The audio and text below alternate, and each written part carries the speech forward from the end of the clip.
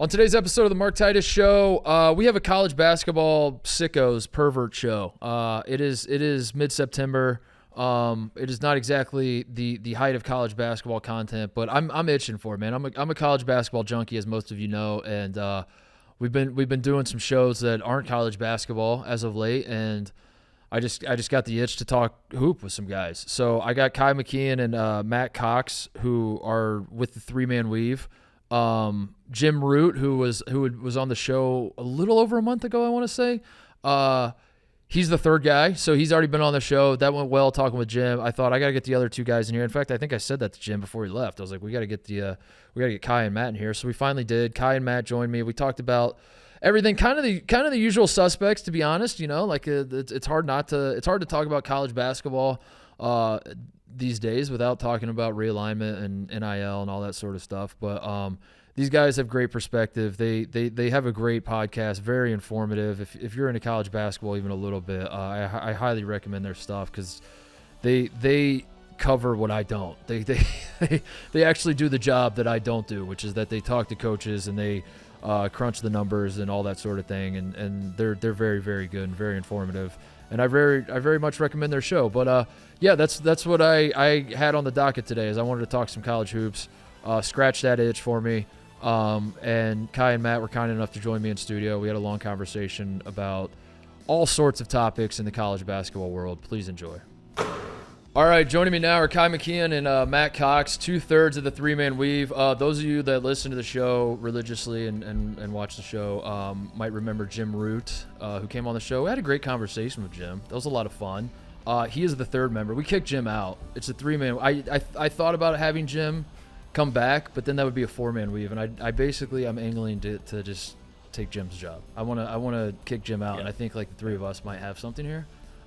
So that's we'll see where this goes. But I wanted to talk some college hoops, and you guys are Chicago guys, and thank you for coming in. Of course. Yeah, first time here. You do the three-man weave pod. You're also writing the almanac right now, correct? We are, volume 2. Yeah. The all caps almanac, make sure. All caps almanac, yes. Very excited. We're not sure why we decided to go all caps, but it just kind of branded as such, and now I have to say all caps. Who came up with the title for the almanac? That might have been a Jeff Goodman. I was going to say that feels like a Jeff Goodman. Very journalist. We don't need to credit him publicly, but I think it was Jeff Goodman. I want to see what got left on the cutting room floor as he was going through all the different names of encyclopedia, Bible. It's like, no, we can't do the Bible. The Bible. The basketball Bible. He's like, we can't do that. All right, so we are in mid-September, obviously. I've always felt like, covering the sport, I get a lot of stuff from my friends and family, like in the middle of the summer, where they're like, what the hell could you possibly be talking about on a college basketball show? And I always tell them, I was like, honestly, that part of the year is a little easier. I get frustrated this part of the year because I feel like over the summer, there's roster movements. There's new. It's fun. It's fun. Yeah. It's you get to let your hair down a little bit. Yeah. Now all these kids are at school, and you're just kind of waiting. So where's your guys' head at right now on the college basketball calendar? How are the juices flowing for college basketball? Juices are flowing hard right now for college basketball. I've talked to 50 coaches this offseason for the all caps almanac. But every single day offers us something new in college basketball with the way the offseason is with NIL, transfers. Right. I don't like realignment whatsoever, but all the other stuff makes it at least interesting for me. It's just, I don't know. I'm torn on it myself. Like, it realignment? just feels I'm tired of reading the same optimistic coach stuff, and like when you talk to them for the almanac stuff, it's, man, I really like this year's squad. Like last year we didn't have this, but you said the exact same thing last year when I talked to you and you didn't have it. It's like, so that gets annoying. I want to see I want the secret scrimmages. I want the exhibitions. Yeah. I need more of that kind of nonsense news to kind of fill the void. The coaches that are like, we got this big transfer who averaged 12 points a game at a tiny ass conference, and now he's stepping up to the ACC, but we really think he's going to be special and make the difference for us. And you're just like, what I don't think that's remember his name, write his name down. Yeah, that's the issue. It's the coach speak constantly. You get it firsthand, right? Yeah. So as you're writing this thing, I don't want to give too much away, but I imagine there might be some like introductory paragraphs or like a setting of the stage of college basketball. Obviously since like 2019 the changes that have happened in the sport with, as we've said, the NIL and the portal, but the realignment and COVID wiped out a tournament. It's just been complete chaos in college sports. I feel like college football, we're 3 weeks in almost now. I feel like college football is good. Like college football there's buzz to it. I think people are really excited about it. I think they've navigated. The Pac-12 is dead, but like somehow the Pac-12 is the most fun football league. Where are we at with like the state of the union of college basketball as we enter this season and having navigated all of these changes? Where do you think, as you think about the broad picture of the sport in the last 5 years as we enter the 2023-24 season? Concerning. Not so much realignment, but I'm concerned about all these anonymous coach quotes. For instance, Norlander had a piece in CBS that said, we want to move to a 24-shot clock. We want to change rules that make it more like the NBA, which concerns me a lot more, expanding the tournament. They're trying to change our sport, and it doesn't sit well with me. Yeah, you guys are old heads. You basically the world is two groups. It's you like college basketball and like whatever changes, we're probably still gonna be watching. Like if it goes to like a 10-second shot clock, like me, you, and we're probably all gonna be still watching March Madness. But like it's true. The others who are kind of like NBA or casual basketball fans, like if we want them to still be a part of our clan of college basketball family, I think we have to be concerned from that lens, right? Like they probably don't like what they're seeing. Like, I don't know. Yeah, my mind goes to when I used to watch Shark Tank all the time, and Kevin O'Leary would always use the parable of the dog that's got like the stick in its mouth and it looks into the pond, and then he sees another stick in the pond, and then he drops the stick to try to grab the other stick, but then the one stick that was in his mouth fell into the pond, and now he has no stick. Nothing. Yeah. That's what I feel like college basketball is, where it's like you're trying to go after the casual fan, but in doing that, you're losing. Like the diehard baseball fans. had this issue, right? Yeah. Or still does. Like I think baseball both college basketball and baseball like regional sports. Yeah. And you're trying to make it like more like NFL-y appeal to everyone. Like that's not really. Yeah. Like no one in the Big Ten really cares about the Pac-12 until they see them in March or they play like one random game in Maui. Like that's it. You don't care about that. So like, why is it trying to, I don't know, nationalize the sport? It feels dumb. Yeah. Feels dumb. I Curious, wait, what do you like? So you know, like guys like Evan Turner, Grego, like guys who play in the NBA or like that have NBA affinity, like what do they think about college basketball? Like asking me is pointless. Like whatever. Yeah. Like I'll probably still be watching in 30 years. Who cares? Whatever they do with the sport. But like, it's hard because they are skewed by like the lifestyle that they live. So it's I think when you step into the NBA and you become rich and famous and or just bounce around from city to, and you like have the livelihood you have because of this, I think you probably look at the NBA and you're like, that was pretty sick. Like, thank you, college NBA. Sucked. Yeah.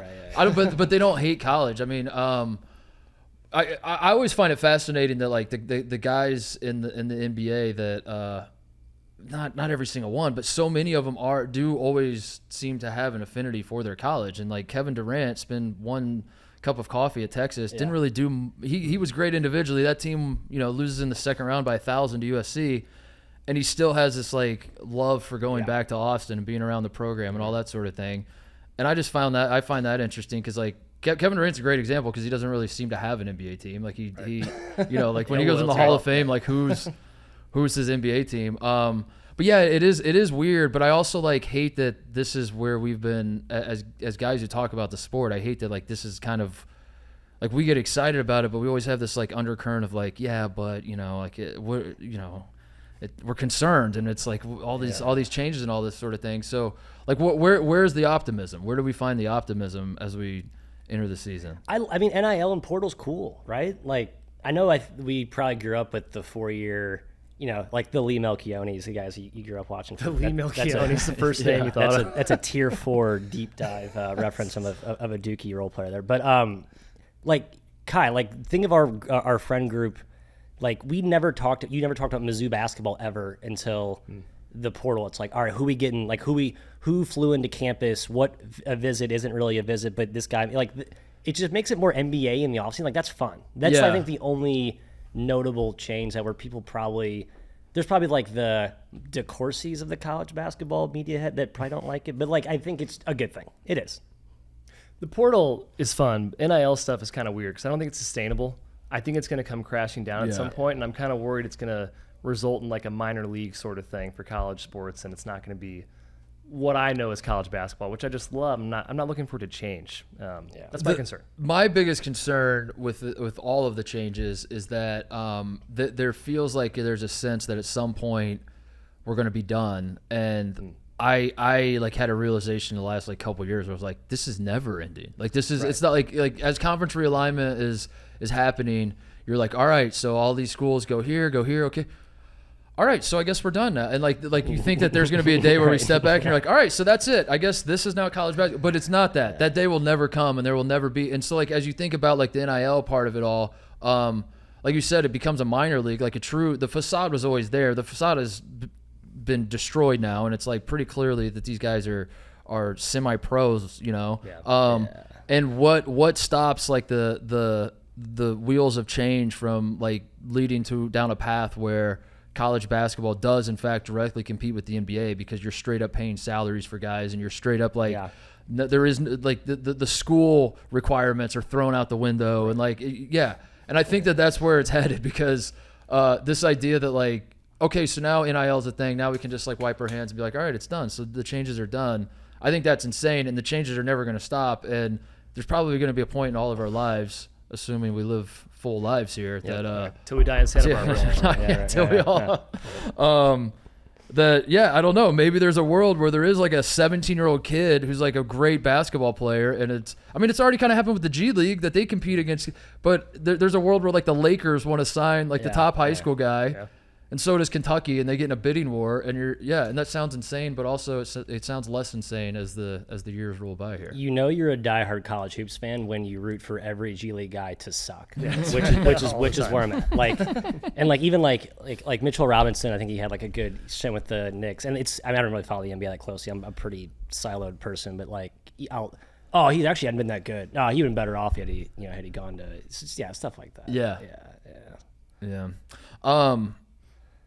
So conference realignment, the winners and losers in your guys' mind, as we're, you guys seem to hate it as much as I do, but it is a reality and it's here. Like, are there any positives or anything that you're like, I hate it, but having said that, since this is the slop I'm being fed, I guess I can find a way to, Don't we like seeing the Pac-12 kind of? Didn't we always kind of have something against the Pac-12? I just hate not being able to watch the Pac-12 ever. I never had Pac-12 network. We've always resented the Pac-12, right?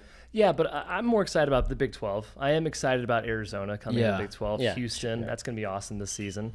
Colorado made out like a bandit going back to the Big 12, getting out of the Pac-12. But that's probably the highlights, I would say. It's really the Big 12, right? It's just like it's just like the Big 12. Where I don't love the realignment, but also I know that Arizona being in that league and Houston now in the league and BYU and Utah can be good, and That's Brett Yormark might be a genius, by the way, because I thought the Big 12 was dead in the water. I thought it was toast. Yeah, right.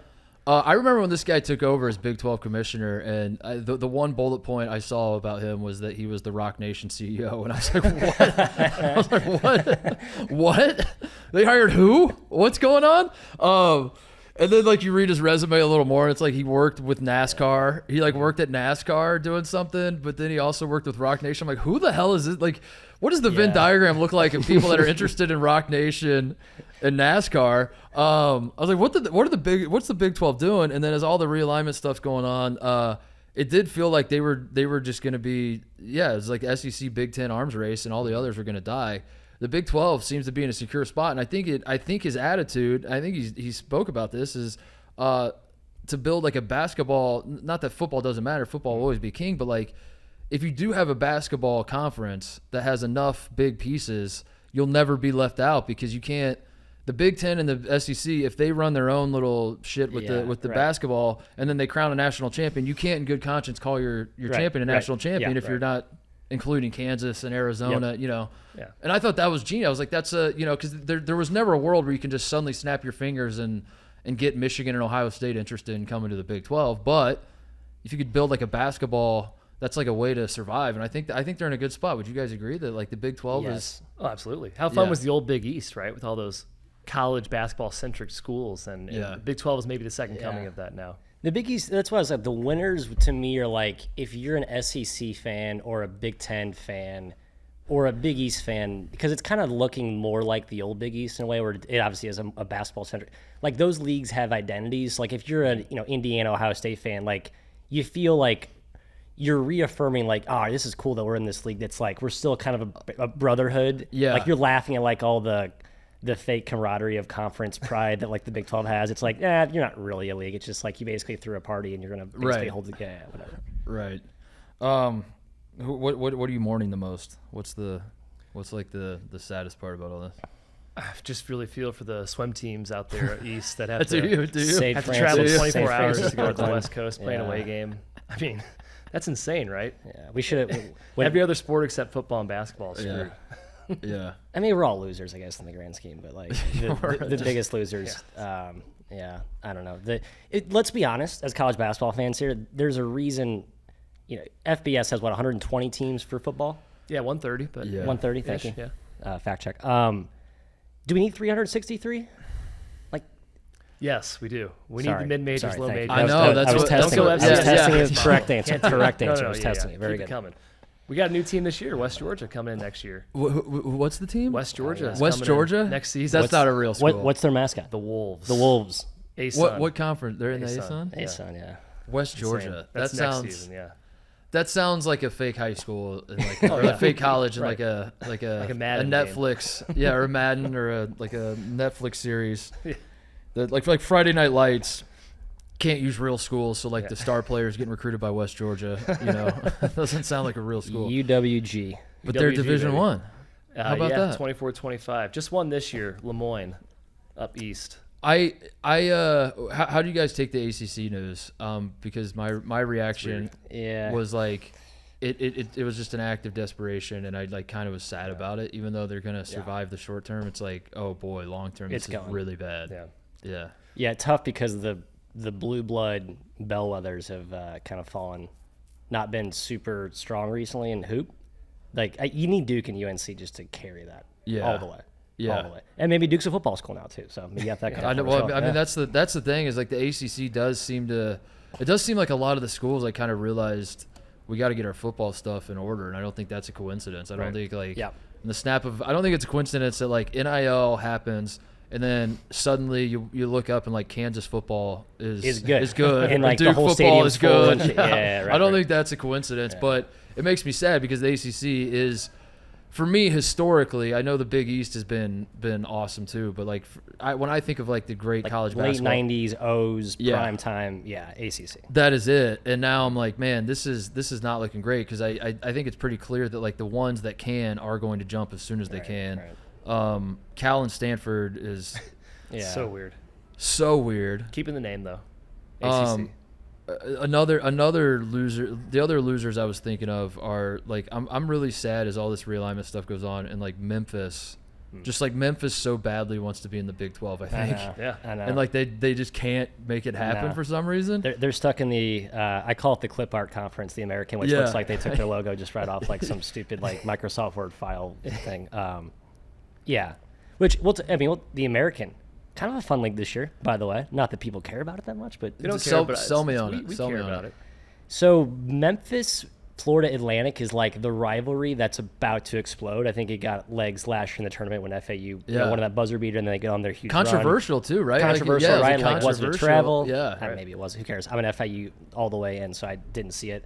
But the Twitter subtweeting between these fan bases is super visceral, and they couldn't be farther apart in the I don't know, cultural, just general perception stereotype of what they are.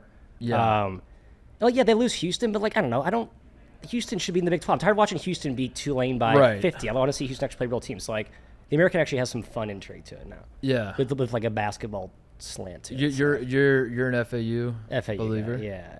Hoot.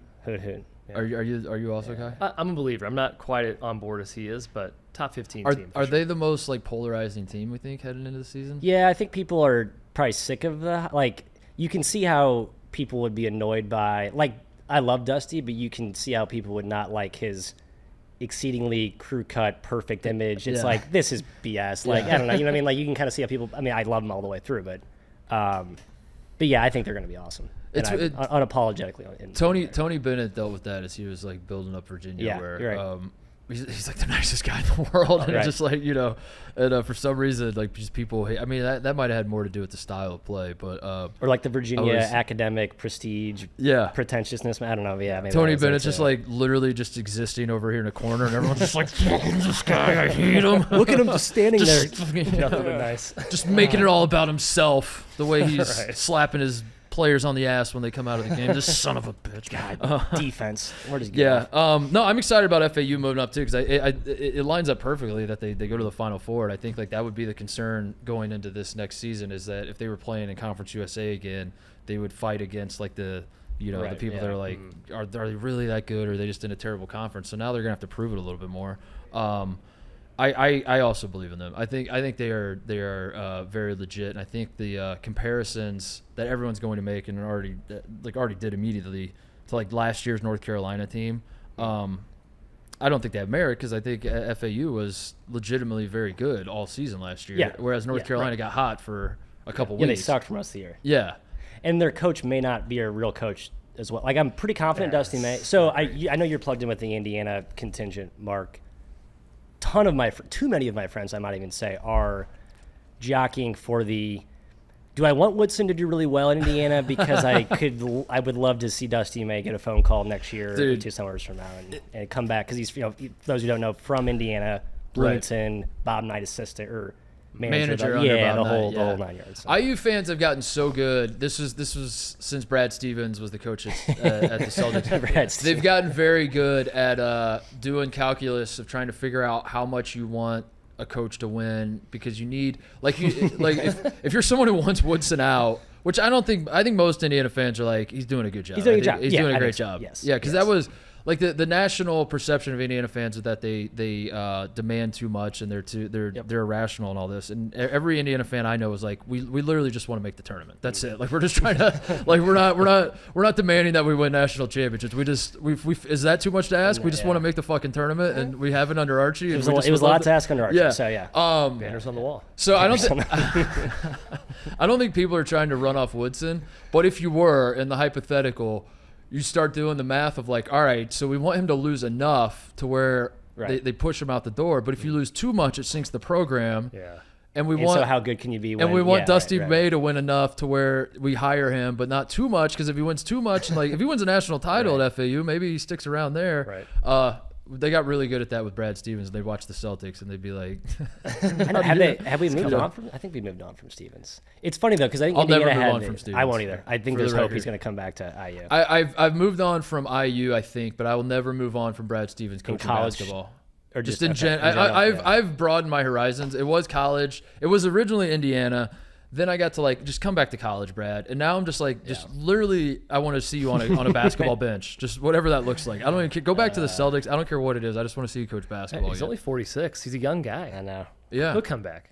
I bet he comes back to Indiana. So the what I've been led to believe is that part of the reason he stepped away was because of his son, who just committed to Shrewsbury at Notre Dame. Yeah, So his son is, I think, a senior this year. Sorry, yeah. But yeah, I think that factored into it, and the lie I'm telling myself is that once the nest is empty and Brad looks around, he's like, all right, I'm ready to get back. Right. I'm ready. He's that new challenge. But he was like Papa Stevens for the last few years, where he wanted to go watch his son play basketball a little more, so he didn't want to be quite as hands-on on the team. And my hope is that he'll get the itch. It's good whether it's Indiana or elsewhere. But is that like the Kevin Stallings just took the job to go watch his kid play baseball? He didn't actually coach while he was there. He just was like, you're a really good coach last place. You just kind of gave up when you came here. Yeah.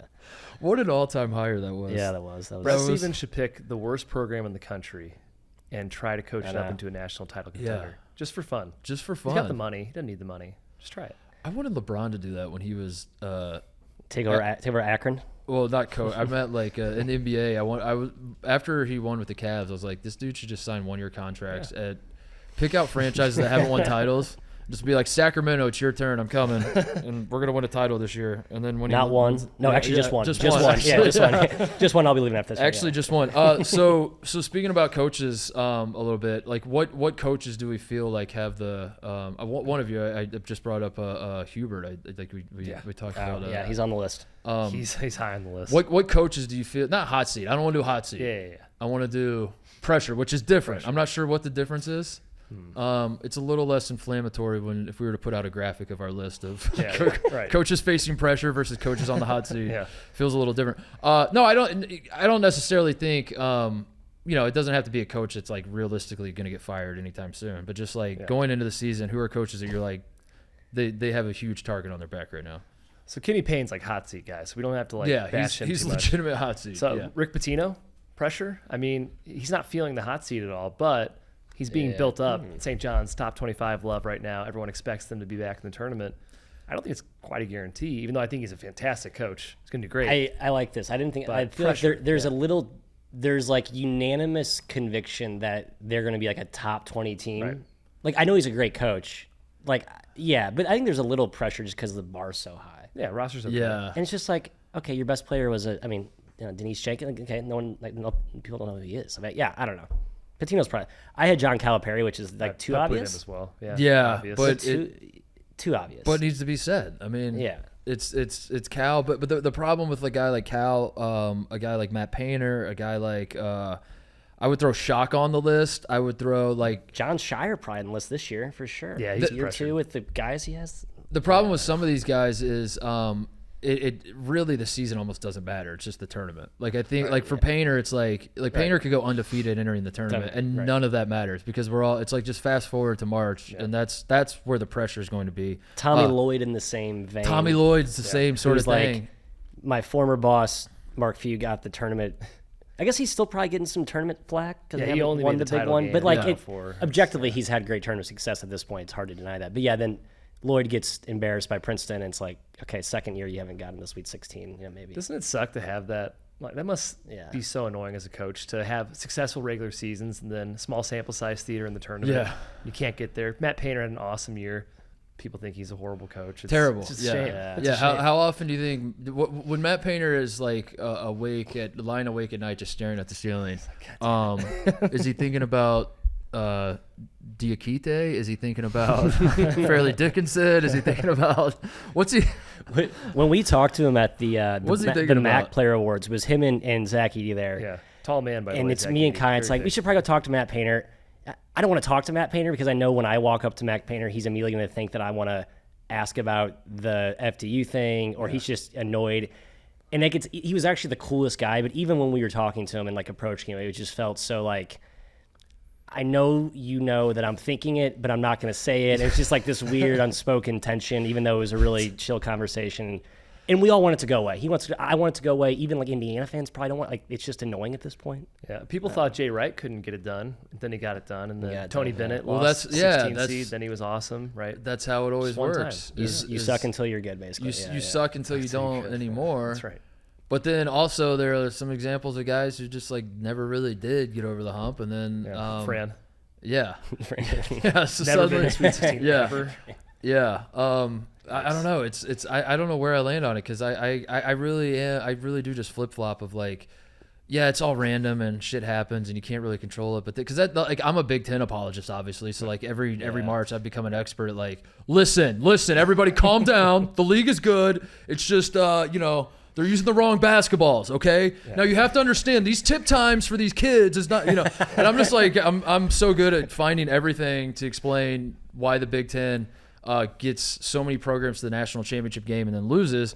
But at a certain point, when you look at the data spread out over 20 years, you're like, I guess there must be something to this. I don't know. And that's kind of, I sort of want to defend Painter, but also it's like, I'm not going to do it with any enthusiasm. Right. I'm just going to be like, yeah, he's a good coach. Quietly in the corner, yeah. But he's a good coach. Yeah.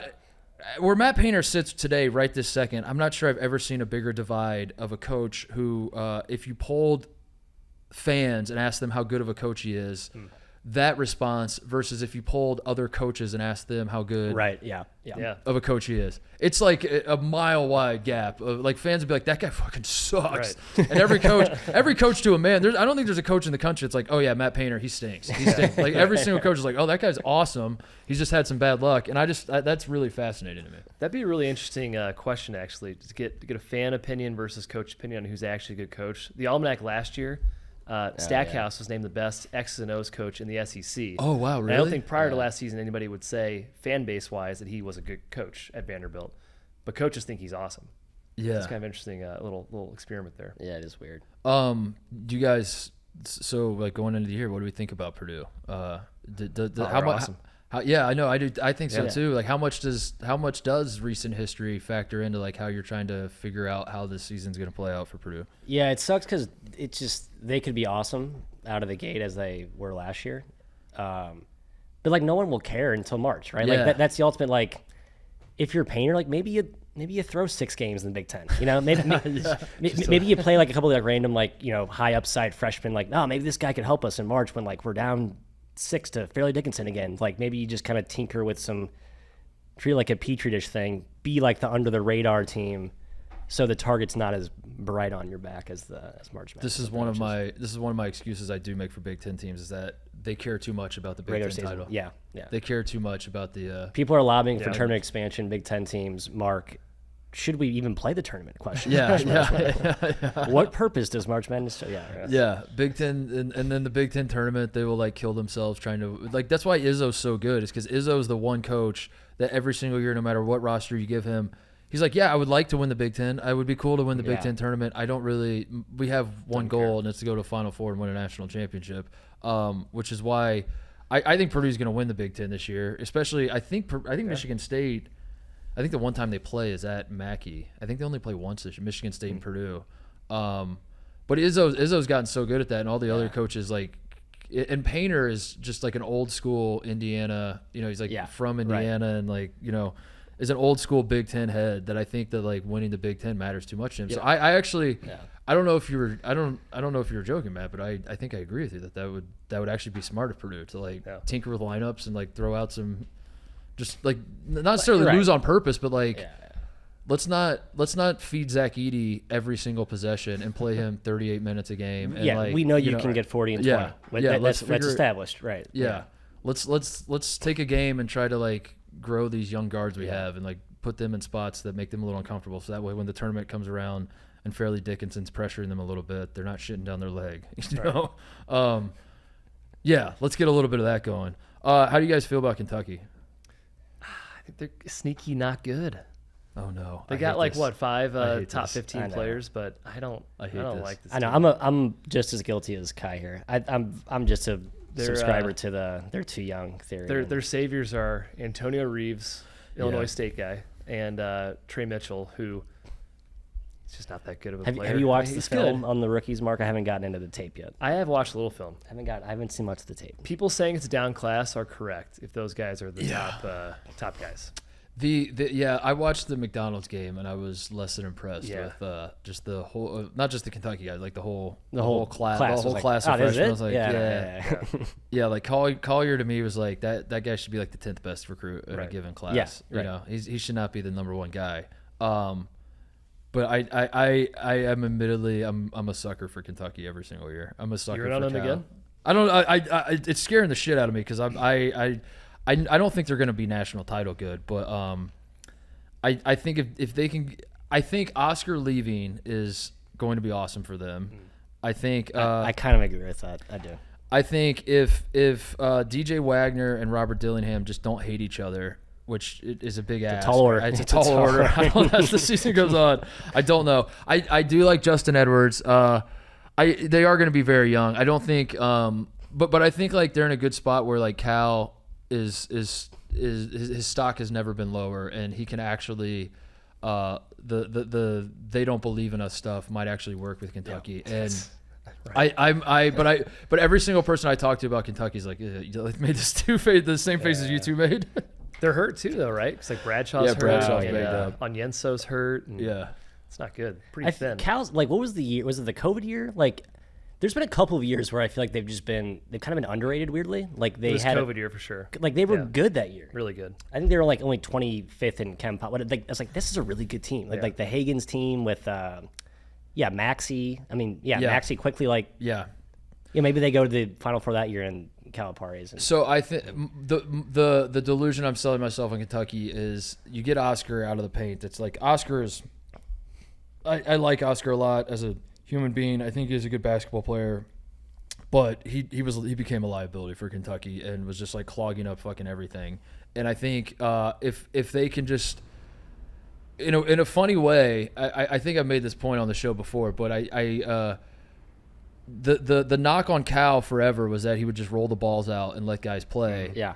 And somewhere along the line, it's become the exact opposite. It went too far. Yeah, we're like the knock on him now is like he tinkers too much, and he's like, and I feel like we need to get young Cal back in the mix, where it's like, Cal, go back to the old days when you would just get the 5 stars and roll the ball out. Right. And I'm hoping he kind of does that this year, where he doesn't have like Oscar clogging up and like you just let DJ Wagner and Dillingham and Justin Edwards, you just let these dudes cook. Antonio Reeves can be good every so often, every third game he can, role player.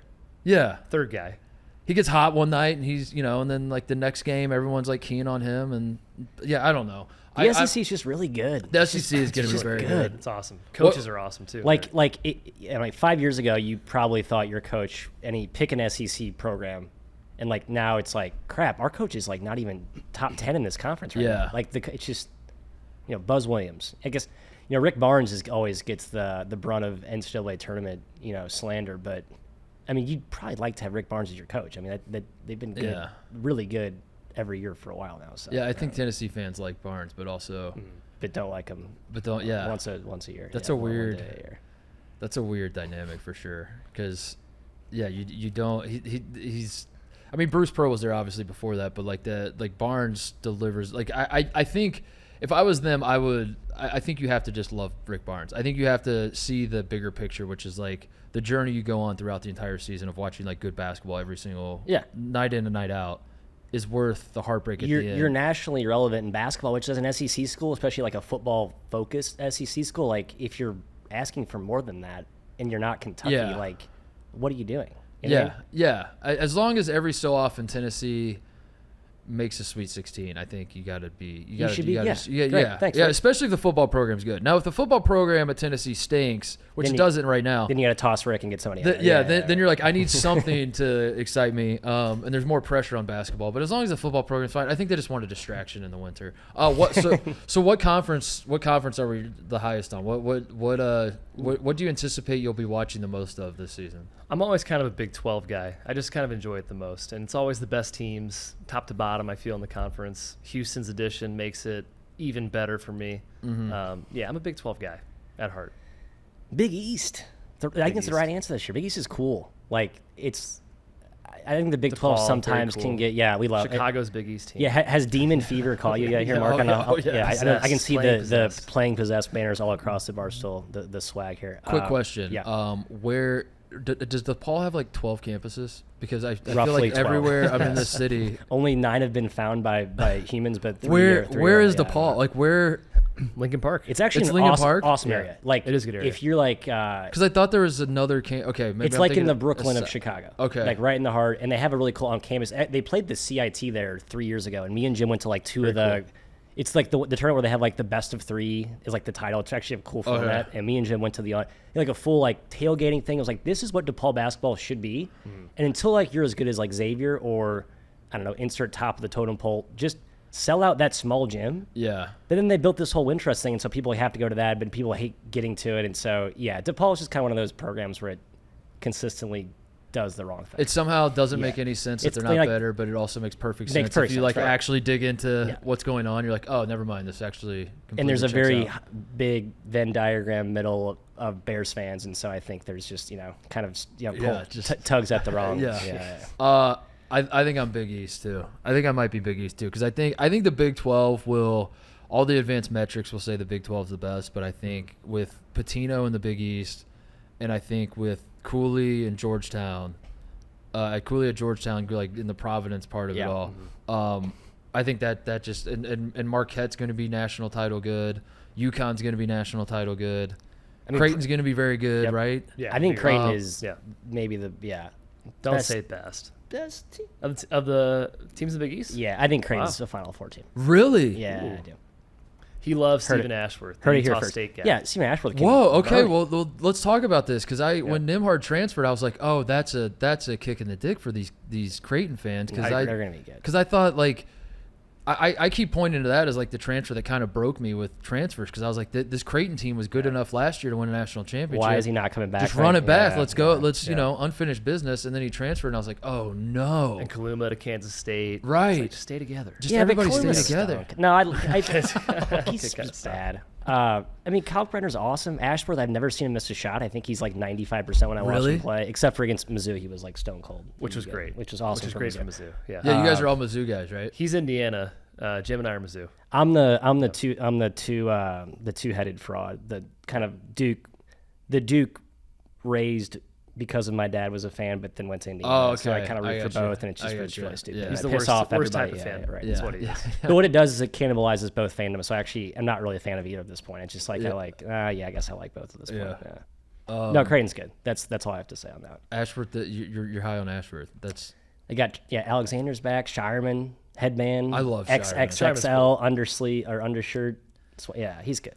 Shireman as a rebounder gets my juices flowing, man. Yeah. I watch this man rebound the basketball, and I'm like, I don't understand how you. That's another one of those things that feels like a coincidence. If you watch one game, you're like, damn, the ball just keeps bouncing right to him, and then you watch him over the course of a season, you're like, this dude has.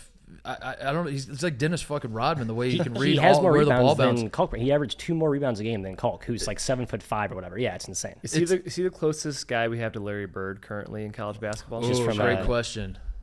From a DNA he perspective. passes well too. He's really good. Not that athletic. He's really good. Talks a little shit. Talks a lot. He does talk some shit. Yes. Yeah. Which goofy. A little goofy, but like, I dig it. Yeah. Small town guy, South Dakota guy, I think. That's right. Yeah. That's right. I mean, Villanova's intriguing. Like Kyle Neptune got kind of a tough. There you go, pressure. He got pressure drugged coach, through the mud Cal this Neptune. offseason with his he didn't That's speak right. highly of Cam Whitmore, and so now I think people are like, all the family is like really pissed at Neptune. I think, but like the roster's awesome, and he was really good at Fordham, so maybe they're just gonna be awesome. That's a weird team. That's like they could be national title good, or they could just be like, oh, Villanova sucks without Jay Wright, and then they'll just be a coach in here. Yeah, I wonder when. But Neptune is like a right guy, right? So like you can't. Yeah, you like, can't. You can't like it's the Duke brotherhood. Cannot deviate from family. Yeah. Because at a certain extent, and the same thing with Hubert, who I don't think is on the hot seat at all. But like if Carolina stinks this year, those groans are going to get louder. But at the same time, like Hubert is Roy's guy, and so it's like you can't. I mean, Georgetown dealt with this for forever, with like ever since Big John left, where it's like they're kind of in the family. So Patrick Ewing stuck around for how many years because he was Patrick Ewing. So I feel like Neptune has that working for him, where he's got the Jay Wright stamp of approval. But you're right. It was a weird season, and then a weird the Cam Whitmore story was. I feel like I believed it because Kyle Neptune strikes me as a guy that like wouldn't really think through all of this. Like I don't know if he like really. He probably was like answering honestly. He'd be like too honest. Yeah, like you can be too honest in that situation, right? That's because he's just like a newer coach, and he's like, I've never thought about how there's like a bigger game at play here. That like I can't, like I thought you wanted an answer. I was so at I was just going to tell you. Fordham didn't have like the press conferences at Rose Hill Gym were 2 people, so I didn't. But I also don't think it's that big of a deal. I don't know. It's every time something like that happens and people say that's going to destroy recruiting. I would love to see like no one ever follows up on like. Oh yeah. What actually? How did recruiting actually get affected by this? A postmortem of Did very well this offseason. Kai, how much money are we going to lose on Butler this year betting on them? No, I love Thad Mata. Shout out to Mark over there. Thank you. They broke my heart last year. I thought they're going to be really good. Broke my wallet and my heart. Actually, losing a couple guys, I won't name names, from last year's team is going to really help them. So I think they will be a lot better. I certainly hope so. They beat Kansas State last year. Yeah, They no, did. they fooled us. They're like, kind of this team's awesome. They dominate. Like that game was like from wire to wire. Like, oh, Butler's better than K-State, sure. And like I thought that for 2 months, and then after a while, I was like, no, that's not accurate. That was the worst game for our wallets both ways because we didn't think K-State was very good either after that game. Yeah, it was one of those games you just can't unsee, and you're just every time Kansas State takes the floor, you're like, I can't get that. I can't believe Butler owned you. Yeah, Kansas State wins the national title, and you're like, but I don't. They're not that good. I don't think. Again, why we love FAU. FAU ended that. That run, right. so we didn't look as stupid. So thank you, Dusty. Who are you lower on than everyone else seems to be? Who is there a team that let's introduce some negativity into this. Like, is there a team that you're reading all the other prognosticators and you're like, wrong? That team's not going to be that good. I'm low on USC, even before the Bronny thing. So that seems a little insensitive, guy. I mean, let's assume that never happened to Bronny. Some things are bigger than sports. Let's assume he's still playing in this example. Infield on KenPom. We're big KenPom guys. We're huge nerds, as you know. What's up, Ken? He has finished between 45 and 55, 6 out of 8 years. 1 year he was 6 with Evan Mobley, right, and one was 82 with high expectations. So I just think he's not that great of a coach. We call him the West Coast. Underachievement is the name of the game there. The West Coast Cooley. And Collier too, right? We discussed Collier. It's not that good. The West Coast Cooley. Coast Cooley. The Cooley. Yeah, I mean Cooley was like just kind of the same. Hit doubles every year, right? Yeah, that's a good way to describe it. Yeah, I would like, say it's you're relevant, bubble-ish, 8 to 10 seed. Bad year, maybe you just missed. 20 wins, you 6 seed. That's where you are. Yeah, and Evan Mobley, I think. Well, that changed. When you have a guy like that, it changes things, and then that helps because then moving forward, you can just keep pointing back to that, and being on the West Coast helps too because like people don't. I mean, when I was living on the West Coast.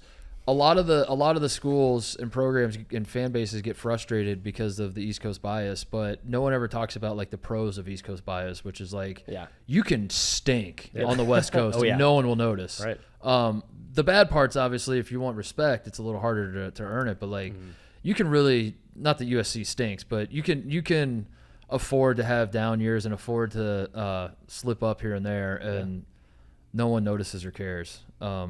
So there's that. What about you, Matt? Do you have like a team that you're?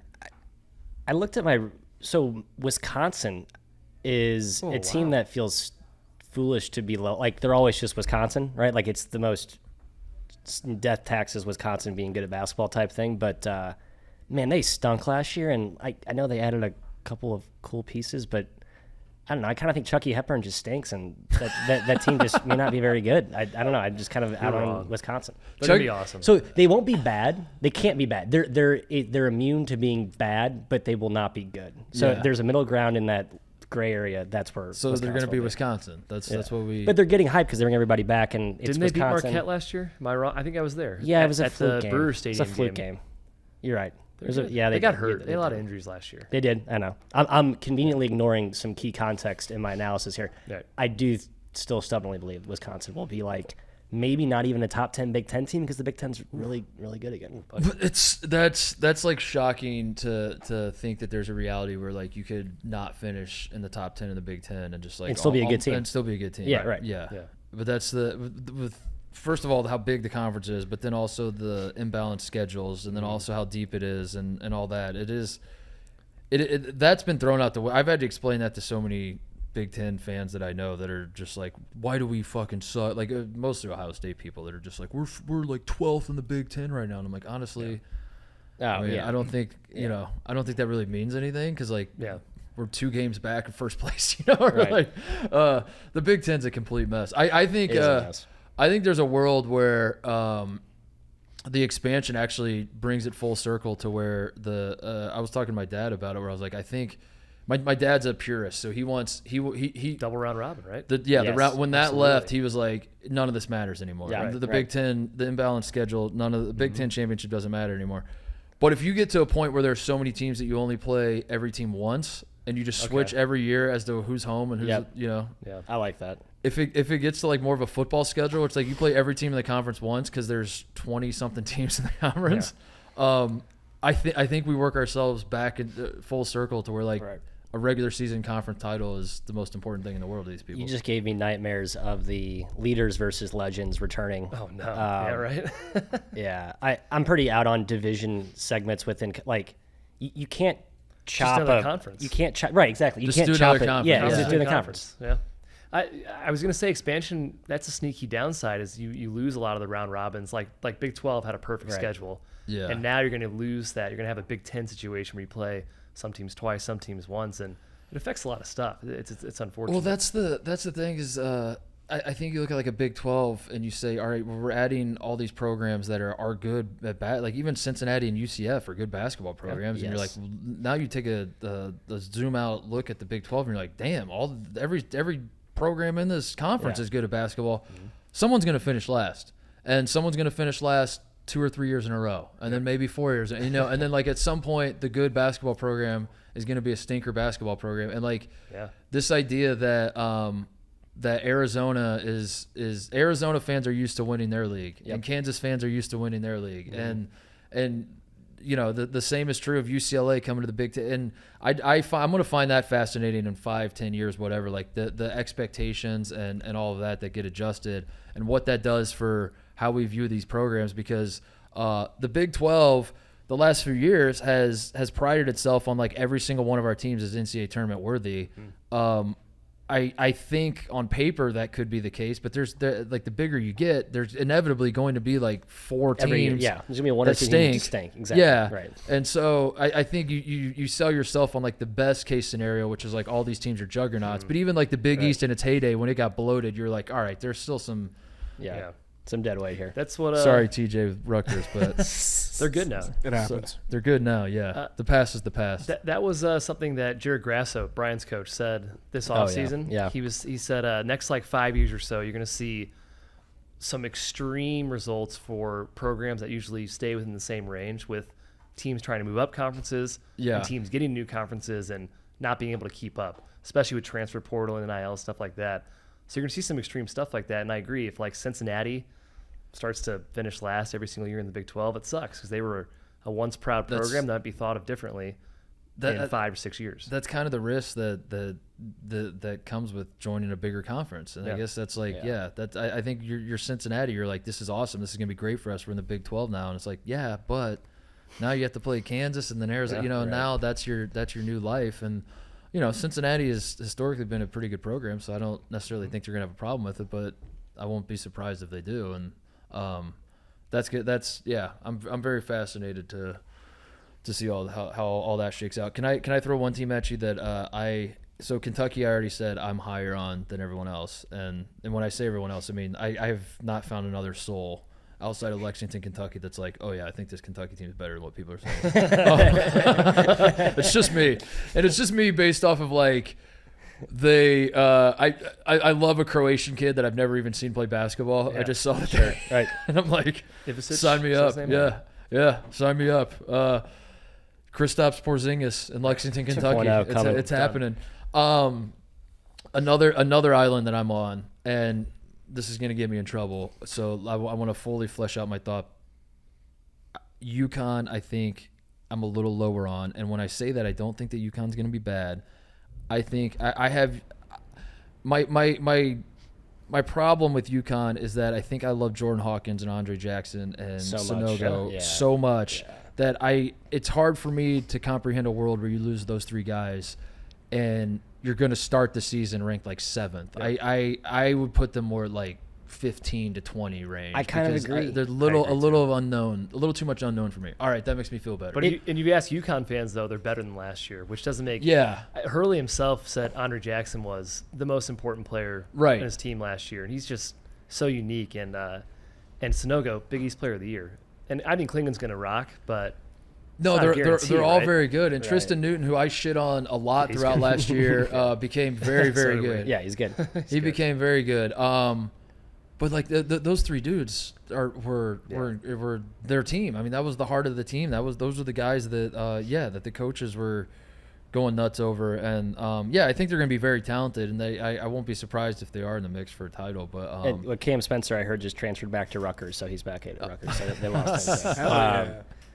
Yeah, it good. feels like he's great. It's like Purdue, kind of, where Klingon could just be so dominant, like Edey was, that he just makes everyone around him, just like, wow, this is so easy. I just have to give you the ball and kind of work around you. But no, I don't think they're going to be like.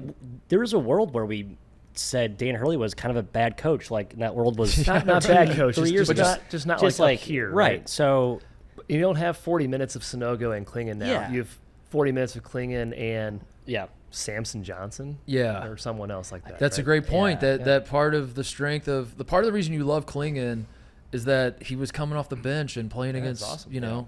Second units a lot. And not to say he's not good, he is. He's very good. He's going to be He rocks. National Player of the Year good probably this year. Yes. But those are kind of the underlying things that make a team so good that you don't really think about when you just observe it on paper and put rosters together and all that. But it's like, part of what made that team so freaking good.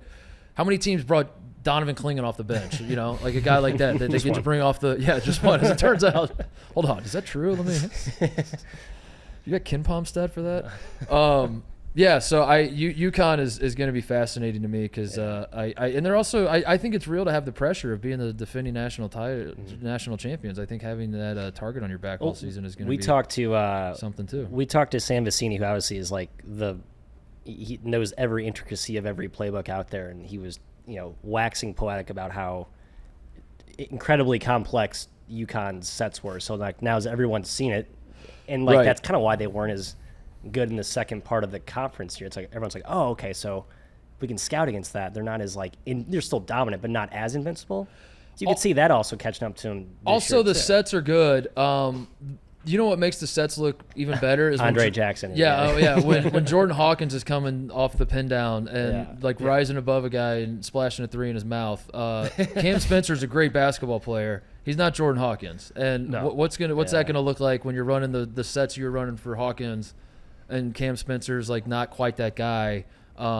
I don't know. I don't want to dig myself too big a hole because I know UConn fans are listening. And they're a loud. Plus, they're kind of mean. They really it's a loud fan base. Yeah. No, they're fired up, and I think that's great for college basketball. It is that to have the UConn fan base feeling themselves a little bit. It is great, and they were such a fun team last year. They were such a worthy national champion. Yes. That was my big takeaway. It was a fun tournament, but there was UConn doing their own. Like UConn was in their own, like them versus themselves was tournament one, but the tournament two is everyone like FAU and San Diego State and Miami and these other things happening. They did the Villanova, right, where they covered every game as well. Yeah, as by like a million every points. game in the tournament, which is just like the ultimate domination. That was my big takeaway after the title game. Was like for all the belly aching about the Final Four and how people were like, "This Final Four stinks" and whatever. I was like, man, I think at the end of the day, I think the best team in the country pretty obviously won the title, and I think it wasn't. Yeah, it wasn't. Basketball gods got it right. People will forget they were a 4 seed, and that's good. I hope they forget that. I hope we expunge the seeding from the mantle or record books. It's like that team was awesome. Yeah, but somewhere down the line. Like Big Game Boomer's going to put out his power rankings of the national champions of the last 10 years. And because UConn was a 4 seed. And everyone's just going to look at the 4 seed. They're the worst champion by far. Speaking of the tournament, expansion is something that won't go away. And in July, I think it was July when they kind of, I don't want to say struck it down, but I remember they met and talked about it and said, it was not imminent. We're not expanding. But also, I feel like there's so much smoke. I feel like if you have to get in front of microphones and talk to reporters so much to say we're not expanding, that it's probably happening at some point. Our thoughts on that? Why do you got to destroy something that's perfect, I think the realignment Why do you hate crush change? it. I'm just kidding. Because what you said, right? Some teams got to finish 14th in the Big 12. Yeah. Well, now we need to send team 9, 10, 11, 12, 13 to the tournament because we're that good. I think that's going to cause it to expand, and it sucks because it's perfect right now. 64 is perfect, but 68 is just fine. I've accepted it's happening. I want to change the narrative to it's happening. Let's get out in front of the next narrative, which is what should it look like? Yeah. What's the pressure? I don't want to say, where's the pressure coming from? All the expand? Coaches want it. Why? But who cares, right? NCAA should be like, we don't care what you say. They have all those bonuses in their contracts. They're afraid to be broken off by bigger leagues. It's the strongest. It's the tightest fraternity of any fraternity in the world is the college basketball every coach loves every coach, at least publicly, and I think generally privately too. And so they just have like this strong like union bond where they're just gonna, and then obviously the money is just too much to ignore for the, I don't know. Well, I think it's a job that is very rare, and there are a handful of in sports. There's a lot of jobs that are rare, but I think for those guys, they're just like there are very few of us. The only people that really understand the pressures that come with this job are us, are my fellow coaches. So I think that's part of it. But yeah, I remember like talking to Coach Mott about it sometimes, like where he's just like, I don't think people understand how hard it is to make the NCAA tournament. And they're like, it's something that's just taken for granted that you should make the tournament every year. It is very, very, very hard. But fans don't want to hear that. And fans like expect like we should be in the tournament every single year. So I think that's probably where it's coming from. And also there is a little bit of merit to like Division I has added a billion teams. It's true. Since we came, so like there's 300 however many teams, 62 this year, yeah. I think they've added 100 teams last decade. I think that's about right. So when you think about it that way, you're like, I guess that sort of checks out. 20%, right? So it's already a very high level. Yeah, it is the top 20. 2 decades. And really, it's actually like less because the 14 through 16 seeds are basically the so. I've also accepted it, and I think I don't like it. What should it look like though? If we had the power as czars, it should. Here's what it should be. I have the answer to this question. It should be the number of first round games stays roughly this. They just expand the play-in bracket. That's all I want. Exactly. That's all it is. That's where I've landed. Where I'm like, I don't like that. I'm just resistant to change in general. But ultimately, I guess if it's going to happen, I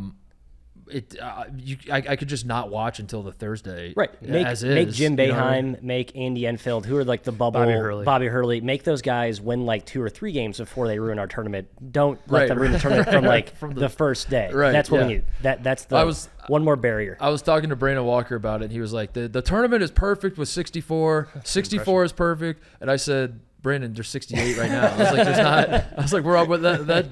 That dam is already busted. And I guess that's where I agree. I think 64 is perfect. We've already added the 68. So to me, I think the only way I would like really lose my shit about it is if the expansion causes a shift of the schedule. If I can't wake up on Thursday morning and know that like I'm at what is it here? I guess 11 a.m.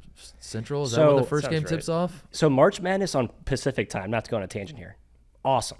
Yeah, I did it last year for the first time. It's like it's 9 a.m. We're starting. Yeah, it's and like we go to Vegas every year. You're there every year. Oh yeah, we're there every year. Sorry, Vegas. What's up? Vegas, yeah. We have like a Bloody Mary at 8:45. It's like we got games. We're ready to go. Full day of.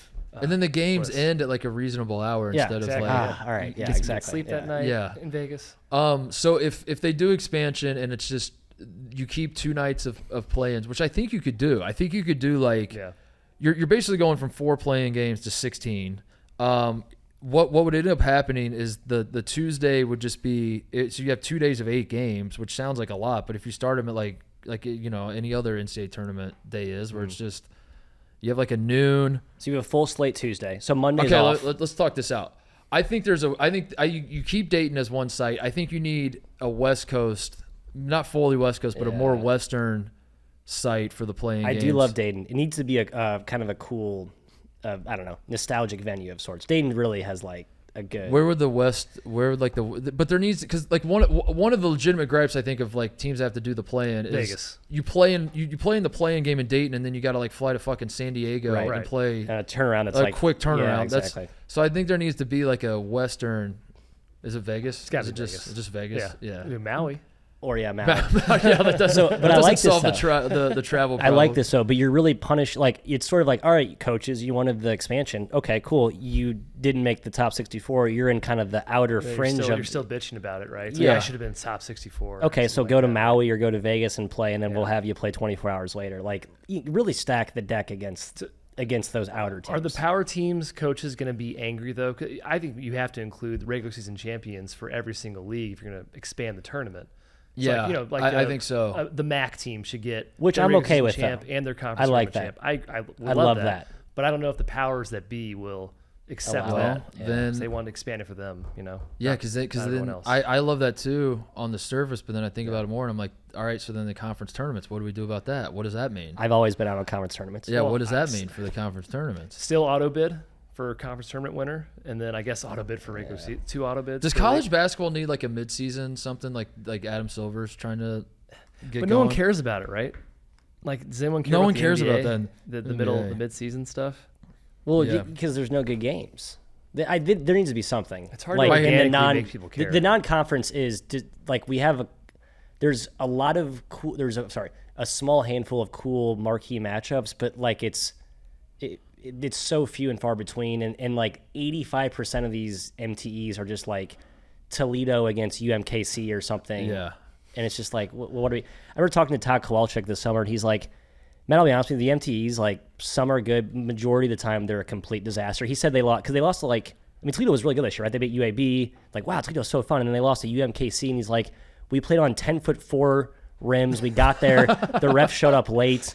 We, like, switched sides. The locker rooms was like, he's like, I'm not making excuses, but it was the most bizarre thrown together setup ever. And he's like, I can tell you that is why you see some of the weirdest scores during, like, Feast Week. It's like, what? Who lost to who? Yeah.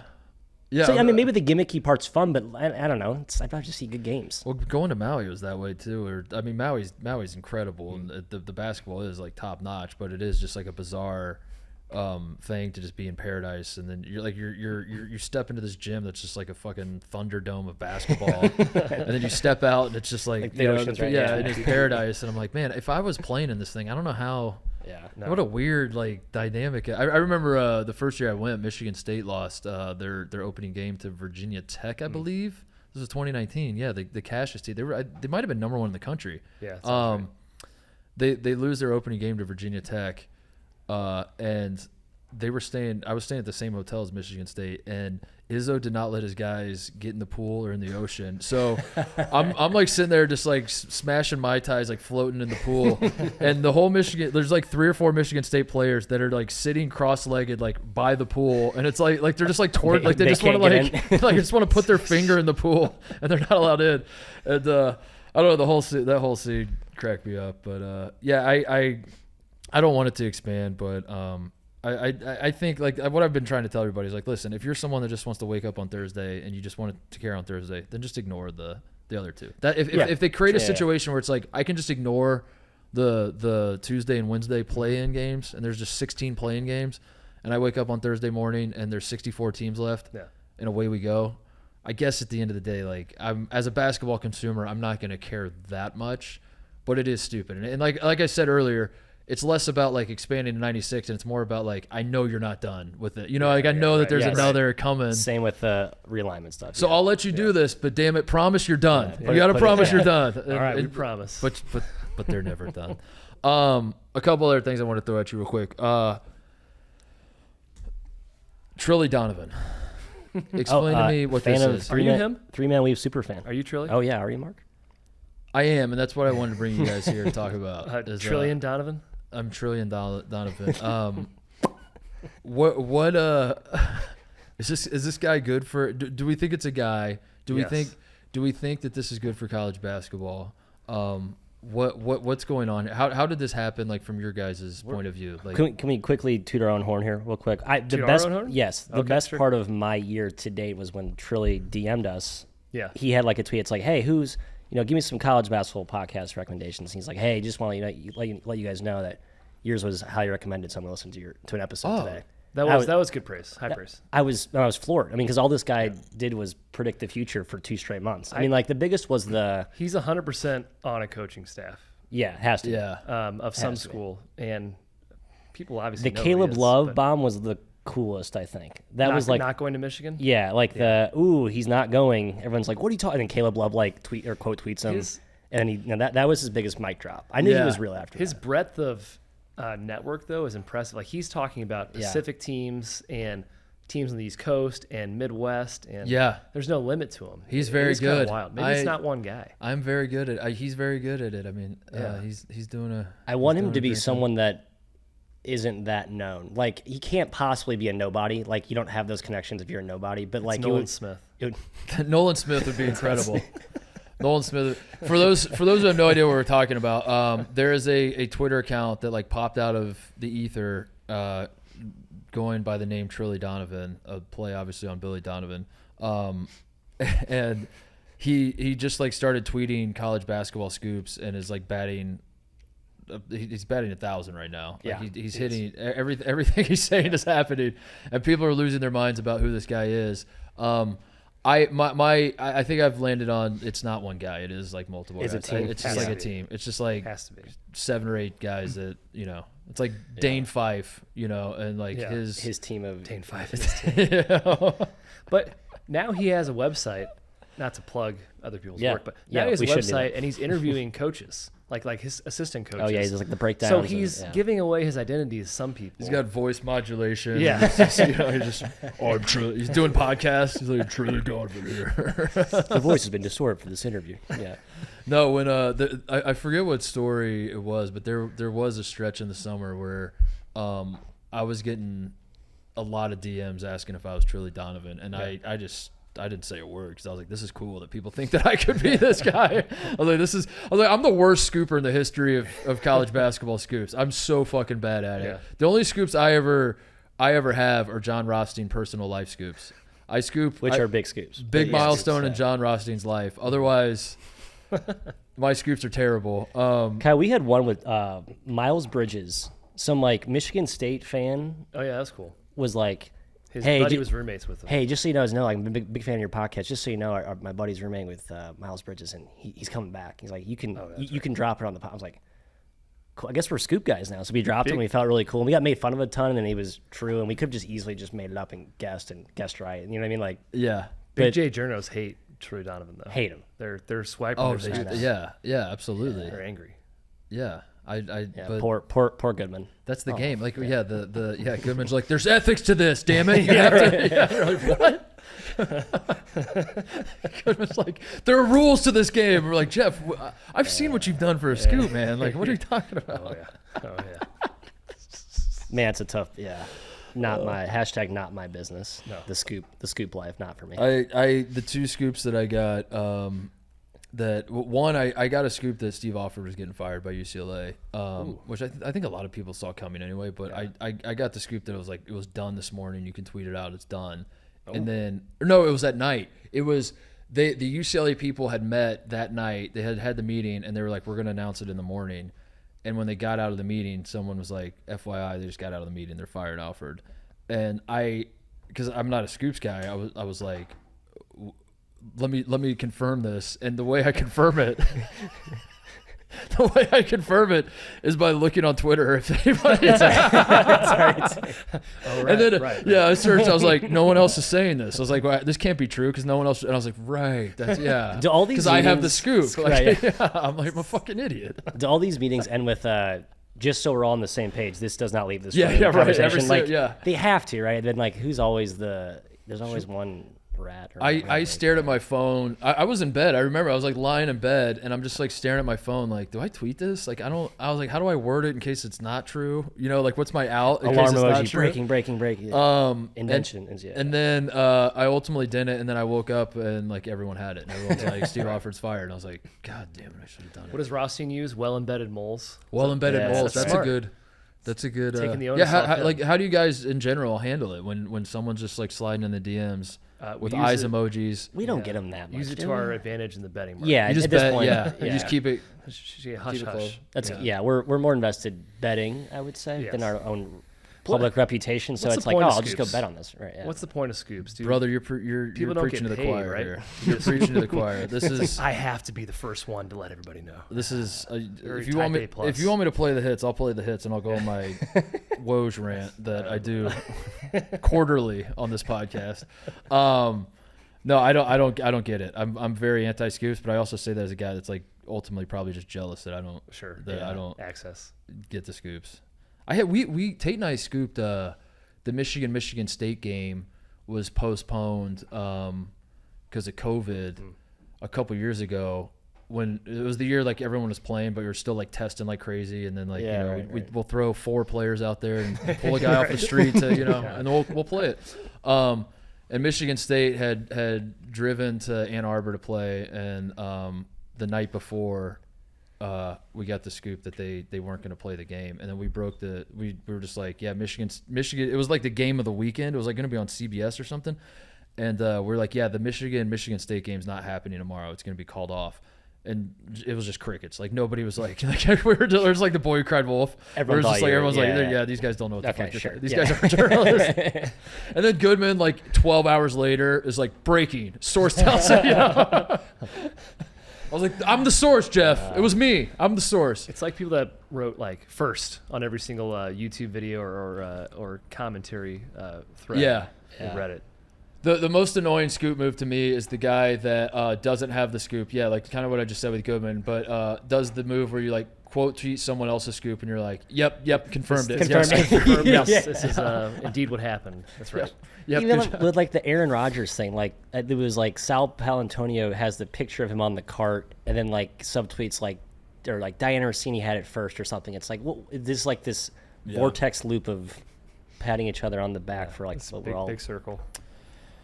I think that's good. I want to have you guys back. I want to have all three of you back. The studio, when I had Jim in here the first time, we were in another room and there aren't enough chairs. And honestly, like and somehow, how did Jim become like my point of contact with you three? How did that happen? I was saying I've always anointed Jim the point of contact of the group. The most active on social media. Yeah. Okay. Best individual Maui Twitter Invitational. Presence. I met him at Maui. Yeah. I was supposed to go that year. I'm so pissed about that. Like 6 years ago. I came on the show. Yeah, you were one of our first guests. That's cool. We were man. really pumped to get you. Actually, thanks for having me back on.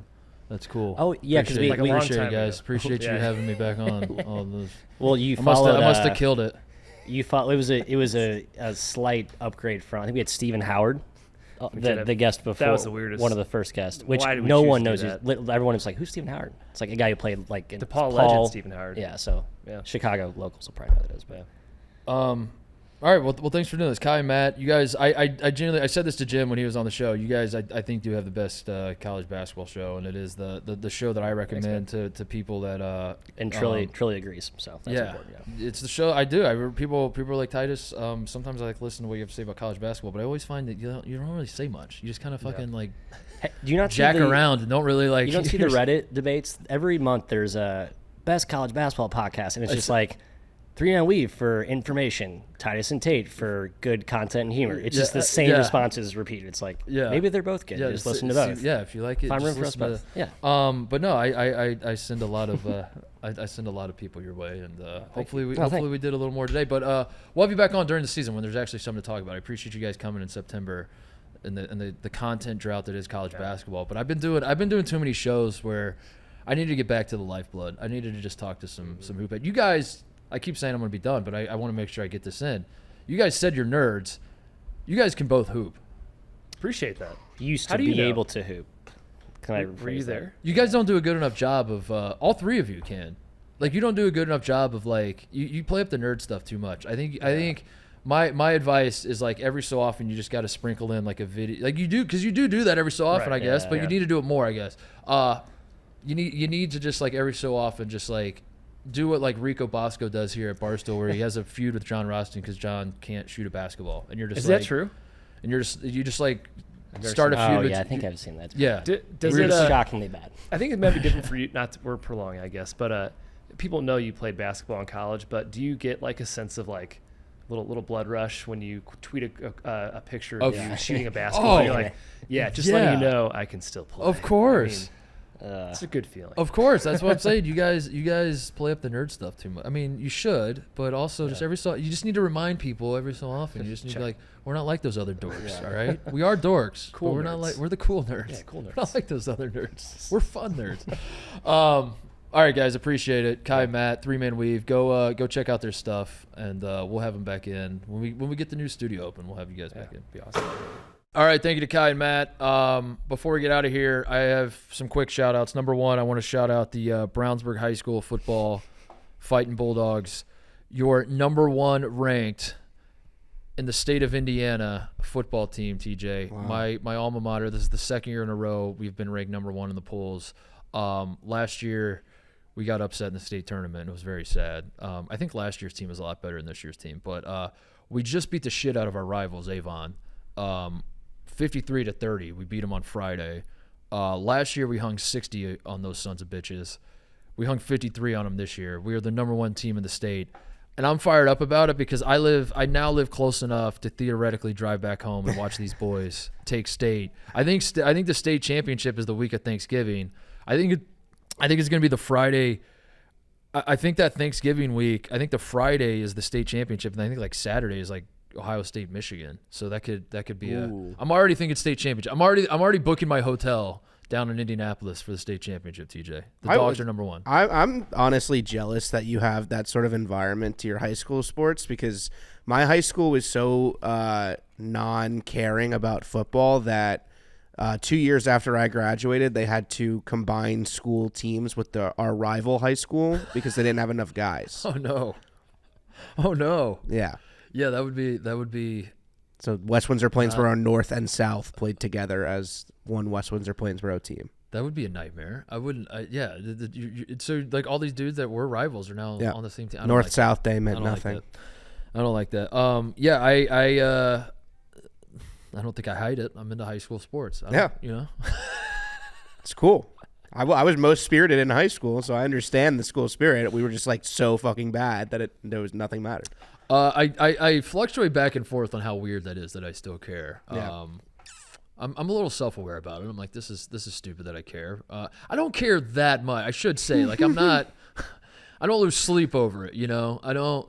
But I do follow it more than I think most people do, which is to say that there were times when I was living in LA, I would be on the beach live streaming a high school football game in Indiana on my phone if it was a big game, if I felt like it was a big game or a basketball game. But yeah, the Dogs are number 1 in the state. And to be completely honest, I think it's kind of some bullshit as to how we got it. Because I think the team that was number 1 was Ben Davis, which is the school that is right next to. They just won the basketball state championship, by the way. Brownsburg basketball was number 2 all season behind Ben Davis. They're right next to each other, Brownsburg and Ben Davis. But my understanding, Ben Davis was number 1, and they just played IMG Academy in Florida. That'll do it. So Brownsburg, we were playing like the shithole down the street, and they were playing like a professional football team. It's like when Alabama plays the Citadel and Georgia has to play Ohio State. Yeah, and so Ben Davis lost to IMG, and they dropped in the polls, and Brownsburg just scooped up the fumble, and we're like, all right, we'll take this. Number 1, baby. Be that as it may, we're ranked number 1, so shout out to the Dogs. Also, I want to shout out myself. I'm doing a great job of just giving my guests the bump, TJ. I don't know what it is about me, but I have some sort of power that Ryan Koenigsberg, who I'm sure you all remember, the Colorado does the CU Buffs podcast, the Buffs podcast for DNVR, came on the show, talked about Dion. Great conversation with him. He got engaged to be married, TJ. Oh. Yeah, he got engaged to be married like right after he came on the show. His girlfriend probably saw the interview. Right. That's I got to lock this down. That's the story I heard. The story I heard was that she was actually about to break up with him. Yeah. And then she saw him on my show, and she was like, Ryan, you know what? I want to spend the rest of my life with you. Meanwhile, friend of this program, Rico Bosco, debuting a brand new show of his own. That's taking off. Healthy Debate. Shout out to Rico. Kevin Clark, who came on this show, just texted me that Miami is apparently about to land a 5-star from Pennsylvania. Jaleel Bethia, I think's the kid's name. He's fired up about that. All good things happening to Titus show guests, TJ. So I want to shout out all those people. But yeah, Ryan came on the show, and then I was like, I follow him on Twitter or whatever, and then like 3 days later, he's engaged. I was like, wow, did I do that? Probably, yeah. I think I probably did that. It was probably me. But no, shout out to him for that. And we like to keep tabs on the guests after they leave our purview. So anything else before we get out of here? Just shout out to the Mexican government for just putting on a clinic today in the alien community. Yeah, dude, that was much needed, I think. That was much. We needed the levity because I think the alien discourse has gotten very serious, and maybe rightfully so, maybe not. But I think the way America is handling it with like congressional hearings and we've talked about it on the show a little bit. It's gotten very serious, and I want to believe. I don't know if I should believe, whatever, but it's just like it's gotten really bogged down. And for the Mexicans to step up and be like, "Let us help you out. Yeah. Let us." Here's an alien. Here you go. We got one. Here's a crusty alien. Go ahead and take all the pictures you want. That was incredible. Yeah. What a great thing for them to do. I very much as everyone else keeps pointing out, I have the same reaction, which is like, wow, I can't believe pop culture got it right. You know? Yeah. All the depictions of aliens. They were who we thought they were. They were. They are who we thought they were. Shout out to Brandon Walker. Also was he got the Titus bump as well. Oh, his show that he's doing with his co-host fucking rules. Yeah. That guy. Mostly sports. That is yeah. That show's really taken off. The Mostly Sports. Go like, subscribe, all that sort of thing. We're having fun with we're having fun doing it. So today was silly. We did some silliness today, or yesterday, as you're listening to this. Yeah, a lot of silliness. We gotta hone in. I think Brandon wants to go sillier. That's what's crazy. Yeah. I don't think this is even his final form. I think he's like, I got more silly in me. Yeah. Which I guess I struggle with TJ because I'm like, I'm the straight man on the show. Right. But also that seems to be a pretty consistent criticism of me in the Barstool universe. Is I'm a little too straight. He's too straight. Does this guy have any silly in him? Right. When are we gonna see the silly? So I'm like, all right, should I bust out a little silly? Maybe. But also, if I bust out the silly, who's gonna bring it back? You know. Yeah. Brandon can't be the bring straight it back man. down to earth. So we'll see. We'll figure that out. But we're having a ton of fun doing that show. Mostly Sports every morning, 10 Eastern, 9 Central. We broadcast it live from the chair I'm sitting in right now, right in the studio. You can watch us on YouTube. We're also putting it on the podcast feed. So the same way, however you consume this show that you're currently consuming, you can consume Mostly Sports as well. And I recommend you do because it is a ton of fun, and we're doing it every day. So that's it. Thank you to Kai and Matt again for coming in and talking a little college hoops. I think I don't want to. I'm going to tease it. I'm 85% sure next week we'll have a very, very fun interview. We're doing something a little different that I think I've actually talked about doing it on the show before, so it won't like completely blindside people. But I think we're going to set that up for next week, and I'm pretty fired up about it because it'll be a lot of fun. And yeah, that's pretty much the only tease I'll give you. So next week will be fun. Enjoy the weekend, everybody. We'll see you on Tuesday.